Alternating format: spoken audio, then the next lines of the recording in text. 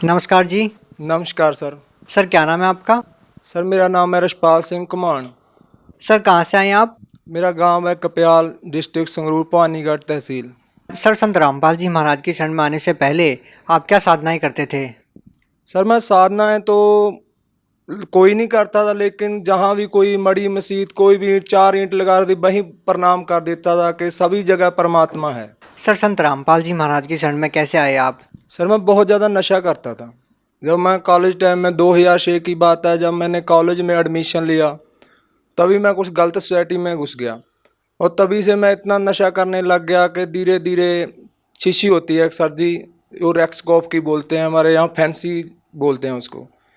वो फैंसी की मैं शीशी पीने लग गया और कैरी सोमा की गोली खाने लग गया। 50-50 गोली खा जाता और 3-3 4-4 वो शीशियाँ पी जाता और सुल्फा पीता था सर जी, और मैं शराब की भी बोतल पी जाता था और सारा दिन लड़ाई झगड़े करने, कभी कहीं।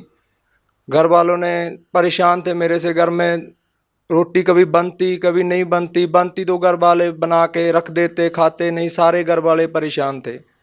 और तभी मेरे गांव का एक लड़का था, उसने मेरे को बताया कि भाई ऐसे ऐसे करके एक संत है, संत रामपाल जी महाराज जी, कि उनका पास तू नाम ले ले। उसने, वो भी नशा करता था, उसने संत रामपाल जी से नाम दीक्षा ली थी। तो वो मेरे को ले गया वहाँ आश्रम में। मैं आश्रम में भगत जी भाई गया और मैंने जाके वहाँ सारा सिस्टम देखा और उसके बाद मैंने भी नाम ले लिया वहाँ जाके। नाम लेने के बाद मैं घर आ गया और मैंने ज्ञान बिल्कुल नहीं सुना और मैं आते ही फिर नशा करने लग गया। और फिर वो मेरे गांव वाला जो लड़का था उसने मेरे को एक मेमोरी कार्ड दिला दिया वहाँ से, आश्रम में से, और वो बोला कि भाई इस सत्संग को सुना कर। और भैया मैं वहाँ नशा कर लेता पूरा, शीशी पी लेता, सुल्फा पी लेता और शराब भी पी लेता, सिगरेट बीड़ी पीता और सारा दिन लीड लगा के सत्संग सुनता रहता। और सत्संग सुनते सुनते मेरे को कुछ कुछ ज्ञान होने लग गया कि मेरी, जैसे गुरुजी बताते हैं संत रामपाल जी महाराज जी के, जब आत्मा को ज्ञान हो जाता है, पाप कम हो जाते हैं तो आँखों से आंसू आने लगते हैं। ऐसे ही भैया मेरे साथ हुआ कि जब संत रामपाल जी सत्संग करते तो मेरी आंखों में से आंसू आने लग जाते। और एक दिन संत रामपाल जी ने वो सत्संग सुनाया गुरु नानक साहब जी का, कि ऐसे ऐसे गुरु नानक साहब जी को परमात्मा बई नदी पे मिले और वहाँ सतलोक लेके गए। सारा उन्होंने बताया कि उन्होंने ये नाम जपा। तो सिख समाज में होने के कारण मेरा और ज़्यादा इंटरेस्ट बढ़ गया। तो भैया जी ऐसे ऐसे करते करते मैंने, आप जब विश्वास नहीं करोगे, मैंने सत्संग सुनते सुनते नशा छोड़ दिया। शीशी ले पीना बंद कर दिया, सुल्फा पीना बंद कर दिया। सर जैसे कि आपने बताया कि आप नशे के इतने आदी थे कि एक दिन में 50-50 गोलियां नशे की आप खा लेते थे और आपके परिवार वाले और आस पड़ोस वाले भी आपसे बहुत ज़्यादा दुखी थे।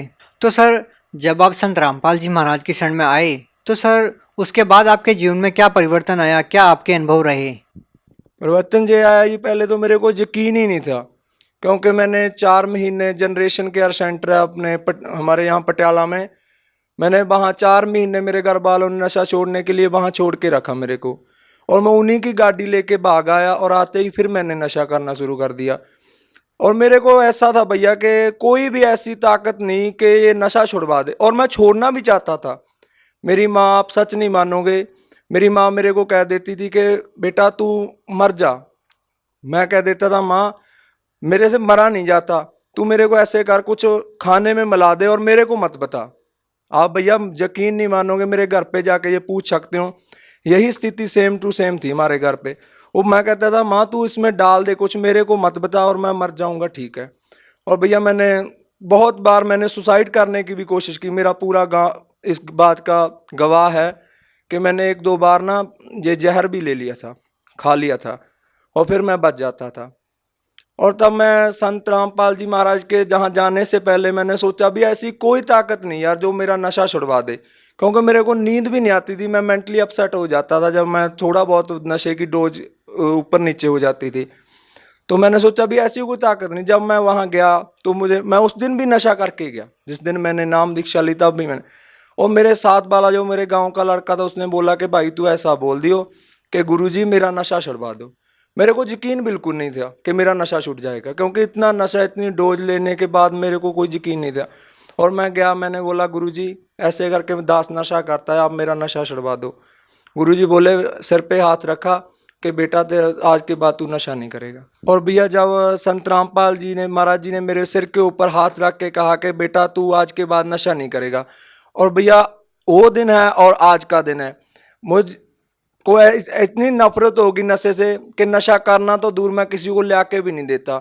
और जो गांव वाले, मेरी गली मोहल्ले के लोग थे जो मेरे से बात करना भी पसंद नहीं करते थे, और आज मेरे से वो हंस हंस के बोलते हैं कि भैया तू आदमी बंदा बन गया, तू हमारे गांव में कहते हैं कि ये बंदा बन गया, अब कहते हैं कि तू बंदा बन गया यार, पहले तू इंसान नहीं था, एक हैवान था। सर और क्या लाभ मिले आपको संत रामपाल जी महाराज से नाम दीक्षा लेने के बाद? सर जी इससे बड़ा लाभ क्या हो सकता है। एक जिसे जो मरा हुआ आदमी, हमारे, आप मेरा नंबर नोट कर लो, मेरे गांव में जाके पूछ लो, मेरे गांव वाले ये कहते थे कि ये आदमी नहीं बचेगा, कुछ भी कर ले कोई। दुनिया के लिए इससे ज़्यादा बड़ी मिसाल क्या हो सकती है कि एक नशेड़ी को नशा छोड़ना सबसे बड़ी, जो भी मेडिकल नशा, कोई भी ऐसा डॉक्टर नहीं था, मेरे घर वालों ने मेरे को डॉक्टरों को भी दिखाया, वो डॉक्टर कहते थे, अपनी बात बता रहा हूँ हकीकत में, कि वो कहते थे कि भैया इसका पता क्या करो, आप इसको थोड़ी सी अफीम दो और शाम को इसको इंग्लिश का दिया दो, दारू का एक दिया दो, अगर ये नहीं, इतना नशा नहीं लेगा तो इसको अटैक आ जाएगा। आज मैं देख लो अपना सारा खेती का काम करता हूँ, कुछ अपनी ज़मीन है, कुछ मैं ठेके पे ले लेता हूँ, कम से कम 60-70 बीघा की खेती कर रहा हूँ, जबकि वो कहते थे कि ये बच ही नहीं पाएगा, इसको अटैक आ जाएगा यदि इसने नशा छोड़ दिया। इससे बड़ा लाभ क्या होगा। और मेरे माता पिता आज भी कहते हैं कि यदि वो आपके गुरुजी संत रामपाल जी महाराज जी आपके ऊपर दया ना करते तो दो महीने भी नहीं जी सकता था। सर जैसा कि संत रामपाल जी महाराज ने आपको बहुत सारे लाभ दिए, आपने बताया कि आपका नशा नहीं छूट पा रहा था, आपके घर वालों ने तरह तरह के ट्रीटमेंट भी आपको दिए, लेकिन उसके बावजूद भी आप नशा नहीं छोड़ पा रहे थे और संत रामपाल जी महाराज ने आपका वो नशा छुड़वा दिया। तो सर आज वही संत जेल के अंदर है और उनके ऊपर बहुत सारे आरोप लगे हैं, तो सर क्या कहना चाहते हैं आप? देखो ये जिस भी इंसान ने, भैया जिस भी इंसान ने सच बोला है, चाहे वो संत है चाहे वो एक आम इंसान है, उसको सजा मिली है, ये लोक ही ऐसा है। अब मैं अपनी मिसाल देता हूँ, संत रामपाल जी एक संत हैं, सच्चे संत हैं, वो खुद परमात्मा हैं कबीर साहब। उन्होंने एक सच बोला है, सभी धर्म ग्रंथों को खोल खोल के बता दिया कि परमात्मा निराकार नहीं साकार है, परमात्मा दुख काट सकता है। जबकि आज तक के जितने भी सभी धर्मों के धर्मगुरु थे वो बताते थे कि परमात्मा दुख नहीं काट सकता, परमात्मा निराकार है।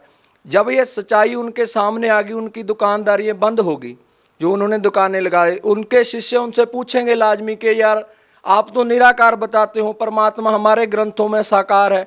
इसीलिए उनके सामने सच्चाई आने से पहले ही उन्होंने इस सच्चाई को दबाना चाहा, लेकिन सच्चाई को कभी दबाया नहीं जा सकता। हाँ कुछ समय उन्होंने दबा तो लिया लेकिन मिटाया नहीं जा सकता। सर जैसा कि आज की जो नौजवान पीढ़ी है, खासकर सर हम पंजाब की बात करना चाहते हैं जहां नशा चरम सीमा पर है, तो सर आज के युवा लोगों को आप क्या कहना चाहते हैं?